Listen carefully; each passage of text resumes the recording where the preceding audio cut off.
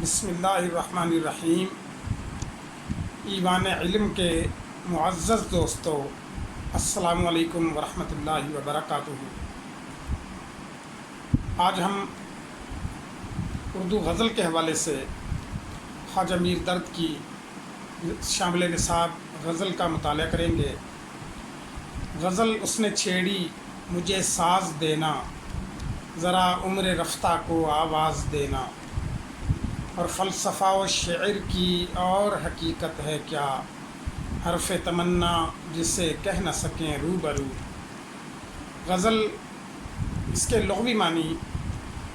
ہرن کے منہ سے نکلی ہوئی دردناک آواز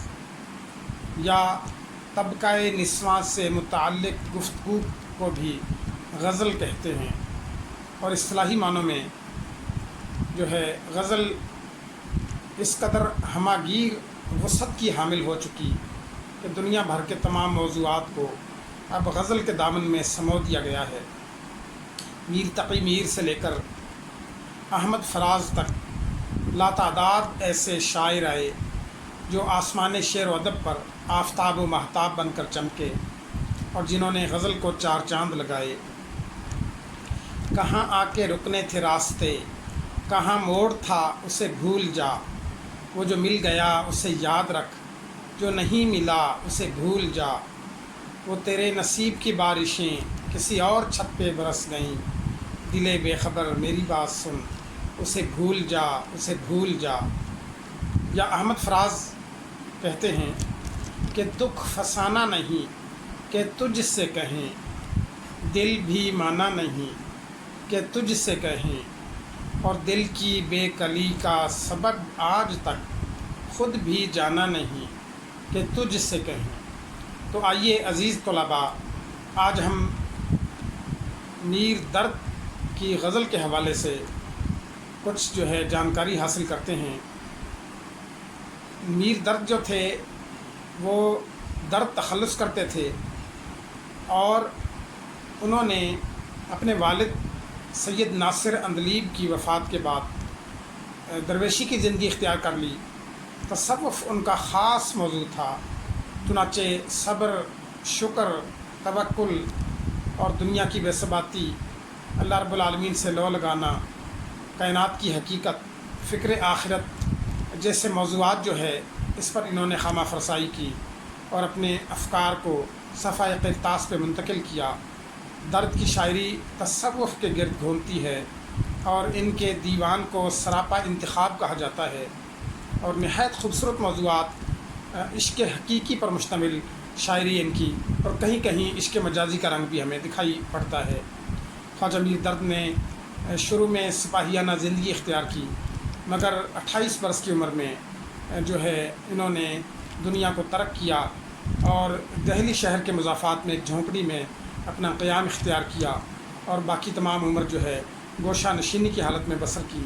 اور خوبصورت جو ہے شاعری کی، جس میں انسانی زندگی کے ناپائیدار ہونے، دنیا کے بے ثبات ہونے، کائنات کے تلخ حقائق اور فکر آخرت جو ہے جیسے موضوعات کو انہوں نے اپنی شاعری کا عنوان بنایا ہے۔ تو آئیے آج ہم جو ہے شامل نصاب میر درد کی پہلی غزل کا مطالعہ کرتے ہیں۔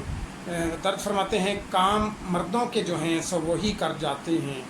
جان سے اپنی جو کوئی کے گزر جاتے ہیں۔ تشریح طلب شعر کا مفہوم یہ ہے کہ جو جواں مرد ہیں، جو حقیقی معنوں میں مرد کہلانے کے مستحق ہیں، وہ اپنے نصب العین کو سر انجام دیتے ہیں، اور اگر عظیم مقصد حیات کو سر انجام دینے میں اگر جان کا نذرانہ بھی پیش کرنا پڑے تو وہ ہچکچاتے نہیں، وہ تعامل نہیں کرتے، بلکہ بلا تعامل اپنی جان کا نذرانہ بھی دے جاتے ہیں۔ اللہ رب العالمین نے حضرت انسان کو تخلیق فرمایا، اور قرآن میں ذکر فرمایا کہ افحسبتم انما خلقناکم عبثا وانکم الینا لا ترجعون، کہ کیا تم یہ گمان کرتے ہو کہ ہم نے تم کو بے مقصد پیدا کیا ہے اور یہ کہ تم ہماری طرف لوٹ کر نہیں آؤ گے۔ تو انسان کو زندگی بے مقصد عطا نہیں کی گئی، انسان کی زندگی کا ایک مقصد ہے۔ اللہ رب العالمین فرماتے ہیں، لقد خلقنا الانسان فی کبد، بے شک ہم نے انسان کو مشقت کے عالم میں تخلیق کیا ہے۔ تو جو عظیم ہستیاں ہیں، جو عظیم انسان ہیں، جو اول العزم ہستیاں ہیں، جو تاریخ کی درخشندہ ہستیاں ہیں، جو روشن جبیں ہستیاں ہیں، جو اولو الالباب لوگ ہیں، جو صاحبان عقل و خرد لوگ ہیں، جو صاحبان بصیرت لوگ ہیں، وہ زندگی کا ایک عظیم نصب العین، زندگی کا ایک عظیم مقصد حیات اپنے روبرو رکھتے ہیں، اور پھر اس مقصد حیات کو پورا کرنے میں اگر ان کو جان کا نذرانہ بھی دینا پڑے تو اس سے تامل نہیں کرتے، اس سے ہچکچاتے نہیں، بلکہ اپنے نصب العین کی تکمیل کے لیے ہنستے ہنستے اپنی جان جو ہے جان آفرین کے سپرد کر دیتے ہیں۔ علامہ اقبال نے کیا خوبصورت بات کی کہ نشان مرد مومن باتوں گویم، ایک سچے مومن مرد کی نشانی میں تجھ کو بتاؤں، چو مرگ آید تبسم بر لب اوست، کہ جب موت آتی ہے تو اس کے ہونٹوں پر مسکراہٹ ہوتی ہے۔ تو ایسے افراد، تاریخ کی ایسی روشن ہستیاں جو تاریخ کے ماتھے کا جھومر ہیں، جنہوں نے عظیم نصب العین کو اپنے سامنے رکھا اور اپنی زندگی جو ہے اس نصب العین کے لیے صرف کر دی، وقف کر دی، قربان کر دی، نچھاور کر دی، ان عظیم ہستیوں میں اولو العزم پیغمبر بھی شامل ہیں، ان میں بڑے بڑے اصحاب بھی شامل ہیں، اصحاب رسول شامل ہیں، ان میں اہل بیت عظام شامل ہیں، اور ان میں تاریخ کے وہ فاتحین اور وہ مقتدر شخصیات شامل ہیں کہ جنہوں نے زندگی کے عظیم نصب العین کو اپنایا اور بڑی بے جگری کے ساتھ زندگی کے شدائد کا، مشکلات کا، کٹھنائیوں کا، رکاوٹوں کا جو ہے سینہ سپر ہو کر مقابلہ کیا، ان کے سامنے ڈٹ گئے اور اپنی مردانہ وار جو ہے انداز سے اپنی زندگی بسر کی۔ بقول فیض احمد فیض، جس دھج سے کوئی مقتل میں گیا وہ شان سلامت رہتی ہے، یہ جان تو آنی جانی ہے، اس جان کی تو کوئی بات نہیں۔ اور حالی نے کیا خوب بات کی کہ دنیائے دنی کو نقش فانی سمجھو، دنیائے دنی کو نقش فانی سمجھو، روداد جہاں کو ایک کہانی سمجھو، پر کرو آغاز جب کوئی کام بڑا، ہر سانس کو عمر جاویدانی سمجھو۔ تو ایسی ہی عظیم شخصیات جو ہیں زندگی کو بے مقصد نہیں گزارتی۔ اللہ رب العالمین نے قرآن پاک میں ارشاد فرمایا کہ وما خلقت الجن والانس الا لیعبدون، میں نے جن و انس کو اپنی عبادت کے لیے ہی پیدا کیا ہے۔ تو عظیم شخصیات جو ہیں اپنے عظیم مشن کی تکمیل کے لیے، اپنے بڑے نصب العین کو پائے تکمیل تک پہنچانے کے لیے جو ہے ہر طرح کی مشکلات کو برداشت کرتی ہیں، ہر طرح کی مشکلات کے سامنے سینہ سپر ہو جایا کرتی ہیں۔ تاریخ میں پیغمبروں کی مثالیں ہیں کہ کسی کو آرے سے جو ہے کاٹ دیا گیا، کسی کو ذبح کر دیا گیا، کسی کو زندہ زمین میں دفن کر دیا گیا، اور کسی کو جو ہے طرح طرح کی اذیتیں دے کر شہید کر دیا گیا، مگر تاریخ کا کوئی ایسا ایک بھی عظیم پیغمبر ہمیں نظر نہیں آتا کہ جس نے حق کے لیے جو ہے اپنی جان قربان نہ کی ہو۔ اس کے بعد اصحاب رسول کو لے لیجئے کہ بے شمار ایسی مثالیں موجود ہیں کہ اپنی جان جو ہے جان آفرین کے سپرد کی، ہنستے ہنستے موت کو گلے لگا لیا، مگر تاریخ کے صفحات پر امر ہو گئے۔ بعد میں آنے والی بڑی بڑی شخصیات ہیں، فاتحین ہیں، اور اس میں بڑے بڑے مجاہدین ہیں کہ جنہوں نے بڑی جو ہے مردانہ وار زندگی کے مشکلات اور شدائد کو برداشت کرتے ہوئے اپنی جان کا نذرانہ پیش کیا۔ اس میں جو ٹیپو سلطان کی مثال آپ لے سکتے ہیں، اور ہم جو ہے اہل بیت سے اگر مثال لیں تو امام حسین جیسا ایک جری انسان ہمارے سامنے آتا ہے کہ جو قتل حسین اصل میں مرگ یزید ہے، اسلام زندہ ہوتا ہے ہر کربلا کے بعد۔ امام حسین ایک عظیم مشن کو لے کر، ایک عظیم نصب العین کو لے کر، اعلیٰ کلمت الحق کے لیے، اللہ کے دین کی سربلندی کے لیے، دین حقانیت کی جو ہے سربلندی کے لیے، اور جو ہے حق کی بالادستی کے لیے اور حق کے پرچار کے لیے گھر سے نکلے۔ ان کا لڑنے کا ارادہ ہرگز نہ تھا۔ یہی وجہ ہے کہ یزیدی لشکر نے جب بندشیں آب کر دی اور ان کے سامنے جو ہے تلواریں لے کر، نیزے لے کر، بھالے لے کر جو ہے سامنے آ گئے، امام حسین نے اتمام حجت کے طور پر ان سے کہا کہ مجھ کو لڑائی نہیں منظور، یہ کیا کرتے ہو؟ مجھ کو لڑائی نہیں منظور، یہ کیا کرتے ہو؟ جوڑے ہیں مجھ پہ تیر تو خطا کرتے ہو، غربت میں نبی زادے پر جفا کرتے ہو، اچھا نہیں ہے ظلم یہ برا کرتے ہو۔ اور بالآخر انہوں نے عظیم نصب العین کے لیے، اسلام کی سربلندی کے لیے، اسلام کی حقانیت کے لیے، اللہ کے نام کی سربلندی کے لیے، اور اسلام کی عظمت کے لیے، اور سچ کے بول بالے کے لیے آنے والی نسلوں کو یہ پیغام دے گئے کہ اگر جان کا نذرانہ دینا پڑے تو جان تو بڑی حقیر سی چیز ہے، اعلیٰ کلمۃ الحق کے لیے جو ہے جام شہادت نوش کیا، اور بڑی دلیری سے نوش کیا، بڑی بہادری سے نوش کیا، اور بڑی بصالت کا، جرأت کا مظاہرہ کیا۔ اور شاعر نے اس کیفیت کو بیان کیا کہ اے کربلا کی خاک اس احسان کو نہ بھول، اے کربلا کی خاک اس احسان کو نہ بھول، تڑپی ہے تجھ پہ لاش جگر گوشہ بطول، اسلام کے لہو سے پیاس بجھ گئی تیری، سیراب کر گیا تجھے خون رگے رسول۔ تو پیارے امام حسین نے جو ہے خون، خاک اور خون میں جو ہے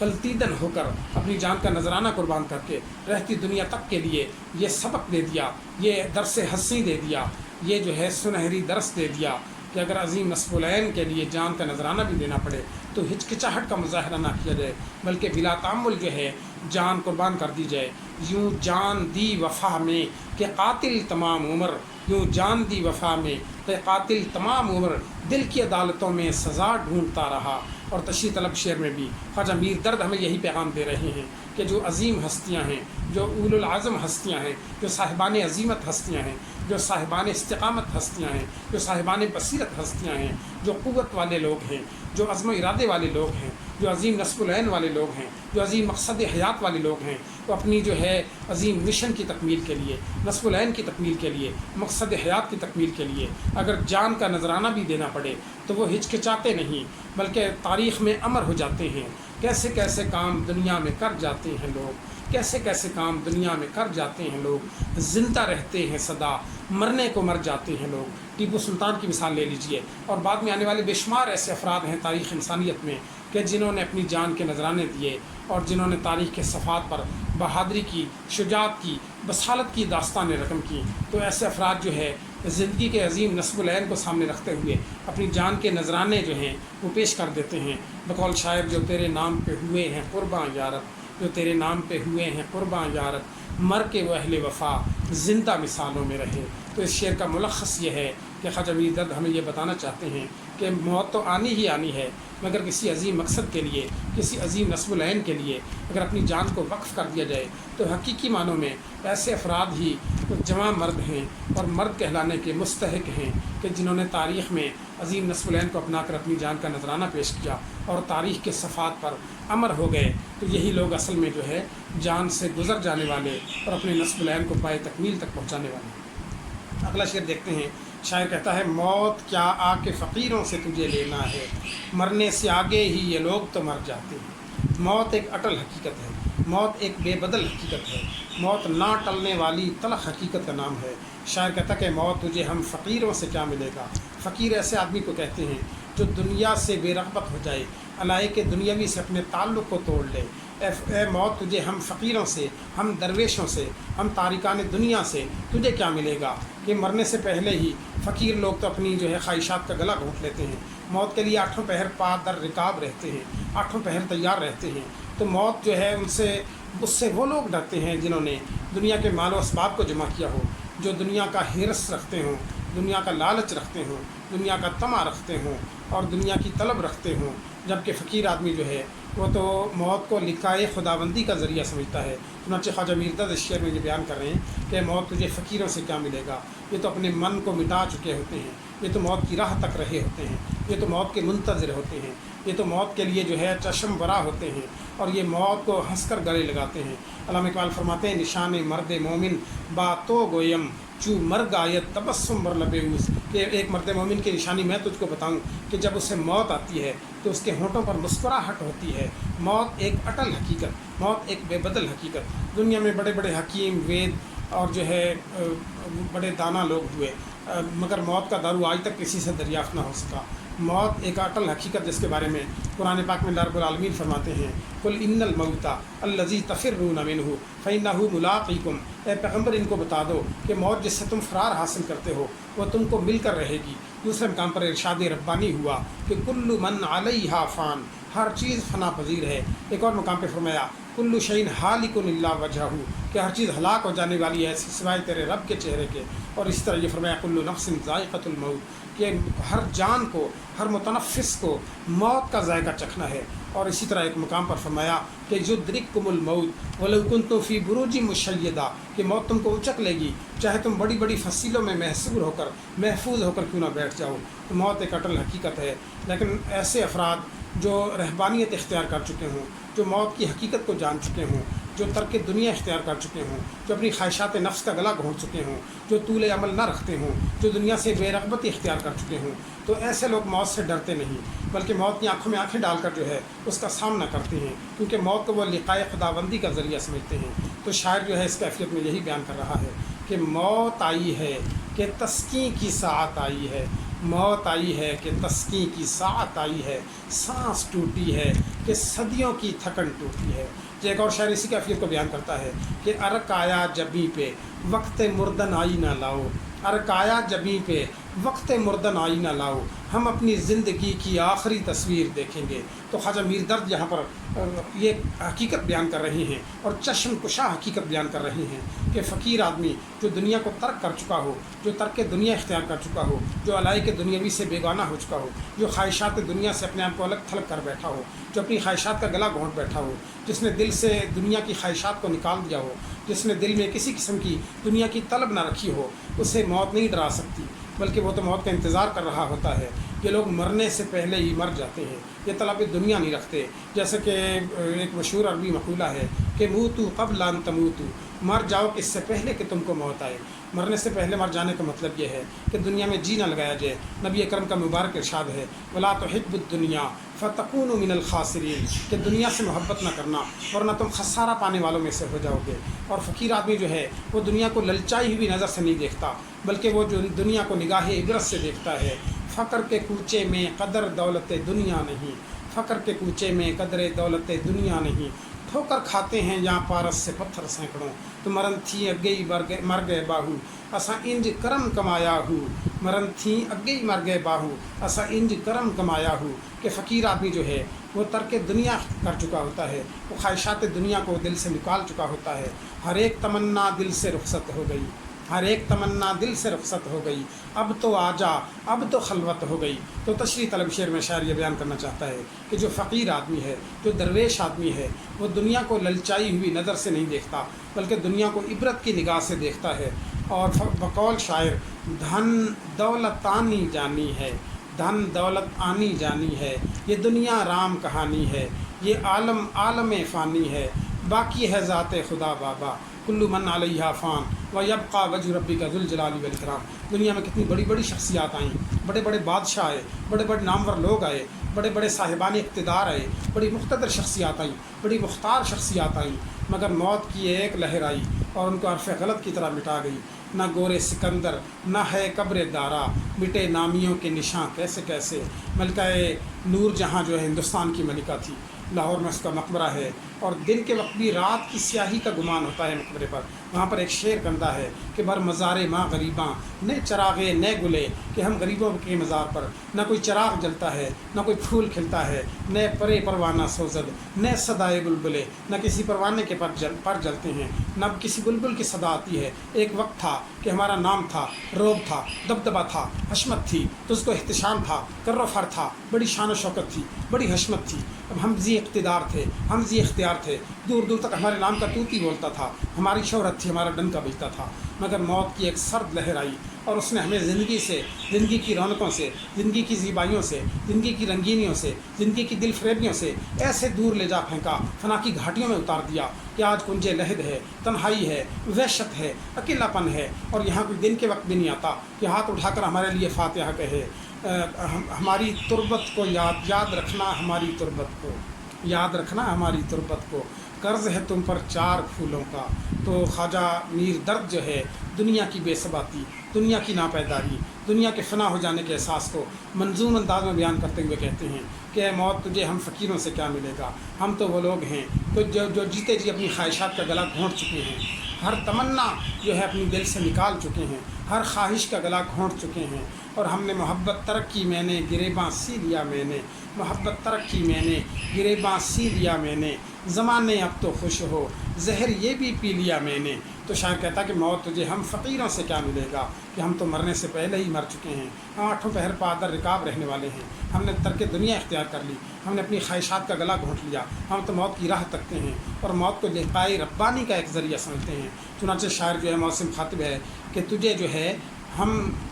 فقیروں سے کیا ملے گا، ہم لوگ تو جیتے جی ہی موت کی تیاری میں مشغول ہیں، اور موت کو خدا سے ملاقات کا ایک ذریعہ سمجھتے ہیں کہ موت آ گئی، کہ دوست کا پیغام آ گیا، کہ موت کو ہم جو ہے پیغام ربانی سمجھتے ہیں۔ بڑے بڑے پیغمبر دنیا میں ہوئے، مگر موت سب کو آئی، کوئی بادشاہ تھا یا فقیر تھا، امیر تھا یا غریب تھا، کوئی بڑا تھا یا چھوٹا تھا، مقتدر تھا یا تہی دست تھا، کوئی جو ہے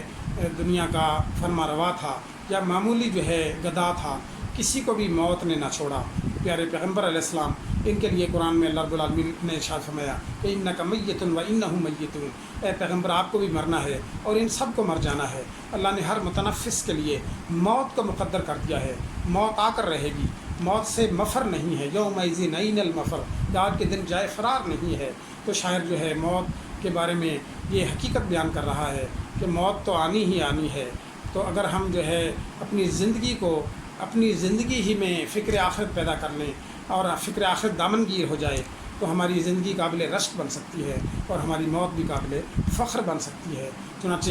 ہم اپنی اس شعر کی تشریح کو علامہ اقبال کے جو ہے فارسی شعر پر سمیٹتے ہیں کہ نشان مرد مومن بات تو گویم، ایک مرد مومن کی نشانی میں تجھ کو بتاؤں کہ چوں مرگ آیت جب اس کی موت آتی ہے، تبسم بر لبے تو اس کے ہونٹوں پر مسکراہٹ ہوتی ہے۔ شیخ سعدی رحمۃ اللہ علیہ بیان فرماتے ہیں کہ جب تو دنیا میں آیا تھا تو شادیاں بجائے جا رہے تھے اور جو ہے خوشیاں منائی جا رہی تھیں اور ہنگامہ مسرت اٹھایا جا رہا تھا اور شیرینی تقسیم کی جا رہی تھی اور تیرے آنے پر جو ہے ہدیہ تبری کو تہنیت پیش کیا جا رہا تھا، جبکہ تو دنیا میں روتے روتے آیا تھا۔ چنا زی کے وقت مردن تو ہمہ گریاں بوند و تو خنداں، اس طرح سے دنیا کی زندگی گزار کہ جب تو دنیا سے جائے تو لوگ رو رہے ہوں تیرا نام لے کر، تجھے یاد کر کے، ہمہ گریاں بوند، سب رونے لگ جائیں کہ ہے یہ کتنا بھلا آدمی تھا، کتنا اچھا آدمی تھا، اس کے جانے سے ایسا خلا پیدا ہو گیا جو اب کبھی پر نہیں ہو سکے گا۔ ہمہ گریاں بوند و تو خنداں، اور تو ہنستے ہنستے اس دنیا فانی کو، دنیا دنی کو، جہان آب و گل کو، دنیا کیف و کم کو تو ہنستے ہنستے چھوڑ دے۔ اس طریقے سے زندگی گزار کہ تو دنیا سے جائے تو تو مسکرا رہا ہو اور لوگ تجھے یاد کر کے رو رہے ہیں۔ تو شاعر خواجہ میر درد بھی جو ہے ایسی ہی زندگی کی ہمیں تلقین فرما رہی ہیں کہ موت تجھے فقیروں سے کیا ملے گا۔ یہ تو وہ لوگ ہیں جو دنیا کی حقیقت کو جان چکے ہیں اور یہ جو ہے موت سے ڈرتے نہیں، مرنے سے پہلے اپنی خواہشات کا یہ گلا گھونٹ چکے ہیں۔ دوستو دیکھا تماشا یہاں کا بس، دوستو دیکھا تماشا یہاں کا بس، تم رہو اب ہم تو اپنے گھر چلے۔ تیسرا شعر خواجہ میر درد فرماتے ہیں کہ دید با دید جو ہو جائے غنیمت سمجھو، جوں شرر ورنہ ہم اے اہل نظر جاتے ہیں۔ دید و دید، رو برو ملاقات، رو در رو ملاقات، پیش از پیش ملاقات، آمنے سامنے کی ایک دوسرے کی ملاقات کو غنیمت جانو۔ جوں شرر، ایک چنگاری کی طرح، ورنہ ہم اے اہل نظر جاتے ہیں۔ بصیرت مند لوگوں سے شاعر مخاطب ہے، عقل مند لوگوں سے مخاطب ہے، صاحبان فہم و ذکا سے مخاطب ہے اور بڑے جو ہے شعور اور آگہی کی دولت رکھنے والوں سے مخاطب ہے کہ اپنی زندگی کی حقیقت پر غور کرو۔ یہ دنیا بے ثبات ہے، یہ دنیا ناپائیدار ہے، یہ دنیا دارالمحن ہے، یہ دنیا دارالعمل ہے، یہ دنیا دار فنا ہے۔ ابھی اکرم صلی اللہ علیہ وسلم کا مبارک ارشاد ہے کہ اب دنیا دار الفنائی والغرور، دنیا فنا کا گھر اور دھوکے کا گھر ہے، والآخرۃ دار البقاء والسرور، آخرت باقی رہنے والا گھر ہے اور سرور کا گھر ہے۔ اللہ رب العالمین قرآن حکیم میں فرماتے ہیں کہ بل تؤثرون الحیات الدنیا والآخرۃ خیر وابقیٰ، بلکہ تم دنیا کی زندگی کو ترجیح دیا کرتے ہو جبکہ آخرت زیادہ بہتر ہے اور زیادہ باقی رہنے والی ہے۔ تو خواجہ میر درد بھی ایک چشم کشا حقیقت تشریح طلب شعر میں بیان فرما رہے ہیں کہ جوں شرر ورنہ ہم اے اہل نظر جاتے ہیں، کہ ہم جو ہے ہماری مثال ایک چنگاری کی طرح ہے، ایک شعلہ مستعجل کی مانند ہے، ایک روشن ہو جانے والی چنگاری کی مانند ہے جو نظر تو آتی ہے مگر آنن فانن معدوم ہو جاتی ہے۔ تو شاعر کہتا ہے کہ ہماری ایک دوسرے کی ملاقات جو ہے اس کو غنیمت جان لو۔ زندگی بڑی ناقابل بھروسہ چیز کا نام ہے، زندگی ناقابل اعتبار چیز کا نام ہے، زندگی ایک جل بجھنے والی چنگاری کی مانند ہے۔ ایک دوسرے سے ہم ملتے ہیں تو انسان کے انسان پر حقوق ہیں، ایک آدمی کے دوسرے آدمی پر حقوق ہیں جنہیں حقوق العباد کہا جاتا ہے۔ تو شاعر کہتا ہے کہ زندگی میں تمہارا رویہ ایسا نہ ہو، تمہارا طرز عمل ایسا نہ ہو، تمہارا طرز حیات ایسا نہ ہو کہ کسی کو تم سے گلہ پیدا ہو، کسی کو تم سے شکایت پیدا ہو، کسی کے آبگینہ دل پر چوٹ لگے، کسی کی خاطر شکنی ہو۔ خیال خاطر احباب چاہیے ہر دم، خیال خاطر احباب چاہیے ہر دم، انیس ٹھیس نہ لگ جائے آبگینوں کو۔ علامہ اقبال فرماتے ہیں وصل کے اسباب پیدا ہوں تیری تحریر سے، وصل کے اسباب پیدا ہوں تیری تحریر سے، دیکھ کوئی دل نہ دکھ جائے تیری تقریر سے۔ تو دانش و حکمت کی ساری روشنی کے باوجود، دانش و حکمت کی ساری روشنی کے باوجود کم ہی ملتا ہے زمانے میں کم آزار آدمی۔ ہونا تو یہ چاہیے کہ ہم زندگی میں ایک دوسرے کی قدر کریں، ایک دوسرے کی قدر و اہمیت کو پہچانیں، ایک دوسرے کی تعظیم کریں، ایک دوسرے کی عزت کریں، ایک دوسرے کے حقوق کی پاسداری کریں، ایک دوسرے کے حقوق کی نگہداری کریں، ایک دوسرے کے حقوق کی محافظت کریں، ایک دوسرے کے حقوق پر نظر رکھیں، ایک دوسرے کے حقوق ادا کرنے کی فکر رکھیں اور اللہ سے ڈرتے رہیں اور دنیا کی زندگی کو اس طرح سے بسر کریں کہ بارے دنیا میں رہو، غم زدہ یا شاد رہو، بارے دنیا میں رہو غم زدہ یا شاد رہو، ایسا کچھ کر کے چلو یہاں کہ بہت یاد رہو۔ تو خواجہ میر دت بھی اس شعر میں یہ فرماتے ہیں کہ ہم جو ہے بصیرت مند لوگوں کو، عقل مند لوگوں کو، دانا لوگوں کو، اہل شعور کو، اہل بصیرت کو، اہل فہم و آگہی کو، صاحبان بصیرت کو، صاحبان فہم و ذکا کو شاعر مخاطب کر کے کہتا ہے کہ دید و دید جو ہو جائے غنیمت سمجھو، کہ ایک دوسرے کی ملاقات کو غنیمت سمجھو۔ ممکن ہے پھر کل ہماری اس طرح ملاقات نہ ہو سکے،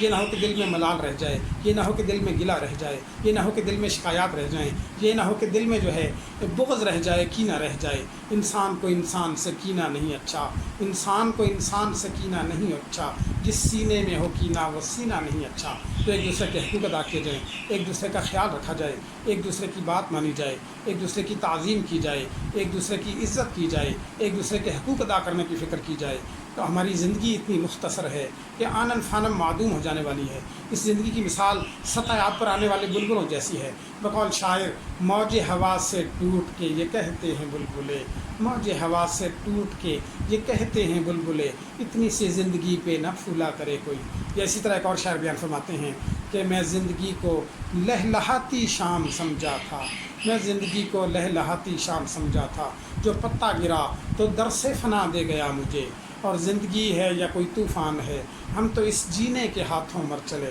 تو زندگی کا بھروسہ نہیں ہے، زندگی کا اعتبار نہیں ہے، زندگی ناپائیدار ہے، زندگی فنا پذیر ہے، زندگی ختم ہو جانے والی ہے، زندگی بے بھروسہ چیز ہے۔ بقول علامہ اقبال گلزار ہست و بود کو نہ بیگانہ وار دیکھ، گلزار ہست و بود کو نہ بیگانہ وار دیکھ، ہے دیکھنے کی چیز اسے بار بار دیکھ، آیا ہے تو جہاں میں مثال شرار دیکھ، دم دے نہ جائے ہستی ناپائیدار دیکھ، مانا کہ تیری دید کے قابل نہیں ہوں میں، تو میرا شوق دیکھ، میرا انتظار دیکھ۔ تو گلزار ہست و بود میں اس طرح سے زندگی بسر کی جائے کہ دوسروں کو ہم سے گلہ پیدا نہ ہو، شکایت پیدا نہ ہو۔ بقول علامہ اقبال تیری بندہ پروری سے میرے دن گزر رہے ہیں، تیری بندہ پروری سے میرے دن گزر رہے ہیں، نہ گلہ ہے دوستوں کا نہ شکایت زمانہ۔ تو ہماری آمنے سامنے کی ملاقات جو ہے یہ خبر نہیں کہ کل کون ملے گا کون نہیں ملے گا، نہ کل کا پتہ نہ پل کا پتہ، پھر سوچ رہا کیوں برسوں کی کوئی بات کرے۔ ایک شاعر کہتا ہے میں پل دو پل کا شاعر ہوں،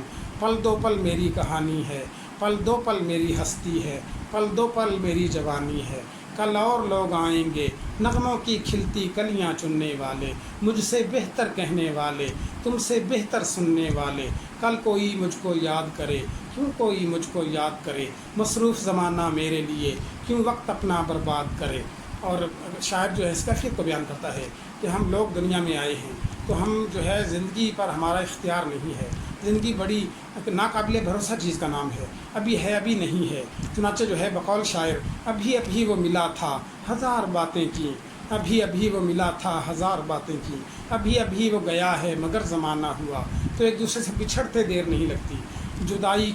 جدائی کے رستے بڑی دور تک گئے ہیں، جو یہ جدائی کے رستے بڑی دور تک گئے ہیں، جو گیا پھر نہ آیا میری بات مان جاؤ۔ تو شاعر نے اس شعر میں یہ کہا ہے کہ ہماری زندگی کی مثال ایک جل بجھنے والی چنگاری کی طرح ہے، ایک شعلہ مستعجل کی مانند ہے۔ تو اپنی ایک دوسرے کی قدر کر لی جائے، ایک دوسرے کی ملاقات کو اہمیت دی جائے، ایک دوسرے کی ملاقات کو تعظیم کی اور قدر کی نگاہ سے دیکھا جائے۔ بچھڑنے کے بعد ہی کسی چیز کا پتہ چلتا ہے۔ بقول کسی دانا کا قول ہے کہ قدر نعمت بعد الزوال، یہ نعمت کی قدر تو اس کے زوال آ جانے کے بعد آتی ہے، اور یہ تلخ حقیقت ہے۔ ہر کمال راز زوالے، یہ دھوپ چھاؤں کا کھیل ہے، جہاں خزاں بہاروں کی گھات میں ہے، نصیب صبح عروج ہو تو نظر میں شام زوال رکھنا، تم ایسا کرنا کوئی ستارہ کوئی جگنو سنبھال رکھنا، میرے اندھیروں کی فکر چھوڑو بس اپنے گھر کا خیال رکھنا۔ اور اجاڑ موسم میں ریت دھرتی پہ فصل بوئی تھی چاندنی کی، اب اس میں اگنے لگے اندھیرے، تو کیسا جی میں ملال رکھنا۔ تو شاعر نے اس طرح حقیقت کا اس شعر میں بیان کیا ہے کہ زندگی اتنی ناپائیدار ہے جیسے شعلہ مستعجل، جیسے بجھ جانے والی چنگاری جو آنن فانن روشن ہو کر معدوم ہو جاتی ہے۔ ہماری زندگی بھی ایسے ہی مٹ جانے والی ہے۔ چنانچہ ایک دوسرے کے آمنے سامنے کی ملاقات کو غنیمت جان لیا جائے، کیونکہ انسان جب دوسرے سے جدا ہوتا ہے، انسان دوسرے سے جب بچھڑتا ہے تو بچھڑنے اور جدائی کے سمل کا جو قلق دل کو ہوتا ہے، جو صدمہ دل کو ہوتا ہے، جو کیفیت دل کی ہوتی ہے، وہ کچھ دل ہی جانتا ہے۔ جدا ہونے، بچھڑ جانے، آنکھوں سے دور ہونے کی اس کیفیت کو شاعر بیان کرتا ہے کہ سما تھا خوشگوار سا، سما تھا خوشگوار سا مگر میں بے قرار سا، بجھا سا اشک بار سا لیے کچھ اضطرار تھا، تھکے تھکے قدم لیے اداس دل بہم لیے، سفر میں ہم قدم لیے تجھے تیری قسم لیے،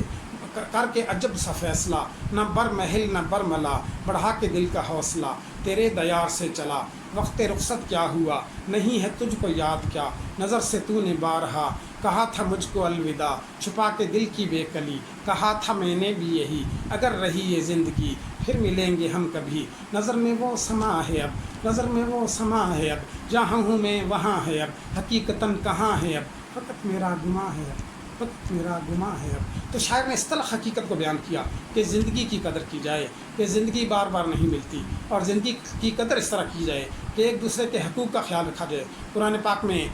جو ہے اللہ تعالیٰ نے جن حقوق کا ذکر کیا اس میں یہ ہے جاری ذی القربیٰ، کہ تمہارا وہ ہمسایہ جو تمہارا رشتہ دار بھی ہو، قرابت دار بھی ہو، اس کے حقوق کا خیال رکھو، جاری ذی القربیٰ، و جاری الجنوبی، اور تمہارا جس کی دیوار تمہارے ساتھ مشترک ہے اس کا خیال رکھو، و صاحبی بالجنب، اور تمہارے پہلو میں بیٹھا ہوا اس کا بھی تم پر حق ہے۔ تو چنانچہ جو ہے خیال خاطر احباب چاہیے ہر دم، انیس ٹھیس نہ لگ جائے آپ گینوں کو۔ تو شاعر نے اس شعر کے اندر جو ہے اس طرح حقیقت کا ذکر کیا ہے، ایک دوسرے کی ملاقات کو جو ہے وہ غنیمت جانا جائے، ایک دوسرے کی قدر کی جائے، اور جو ہے محبتیں تقسیم کی جائے۔ میرا پیغام محبت ہے جہاں تک پہنچے۔ تو ہماری حیثیت جو ہے، ہماری زندگی جو ہے ایک جل بجھنے والی چنگاری کی مانند ہے، اور زندگی جو ہے بڑی ناپائیدار ہے۔ چنانچہ جو ہے شاعر یہ پیغام دے رہا ہے کہ ہم ایک دوسرے کی قدر کریں، روبرو، دید و دید، پیش در پیش، آمنے سامنے کی ملاقات کی قدر کریں، کیونکہ ہماری حیثیت جو ہے وہ ایک شعلہ مستعجل کی مانند ہے، جل بجھنے والی چنگاری کی مانند ہے، اور یہ زندگی بار بار نہیں ملنے والی۔ ایسا نہ ہو کہ کسی کے شیشہ دل میں ملال آ جائے، کسی کو ہم سے شکایت پیدا ہو جائے۔ تو دوسروں کے حقوق کا خیال رکھنا، دوسروں کے جذبات و احساسات کی قدر کرنا، یہ ہمارا فرض ہے۔ تیرے عشق کی انتہا چاہتا ہوں، تیرے عشق کی انتہا چاہتا ہوں، میری سادگی دیکھ کیا چاہتا ہوں، اور بڑی بزم میں راز کی بات کہہ دی، بڑا بے ادب ہوں، سزا چاہتا ہوں۔ عزیز طلباء، ہم نے خواجہ میر درد کی پہلی غزل کے 3 اشعار کی تشریح جو ہے اس کا مطالعہ کیا ہے۔ انشاءاللہ اگلی نشست میں ہم باقی ماندہ اشعار کی تشریح جو ہے اس کا مطالعہ کریں گے۔ اجازت دیجیے، السلام علیکم ورحمۃ اللہ وبرکاتہ۔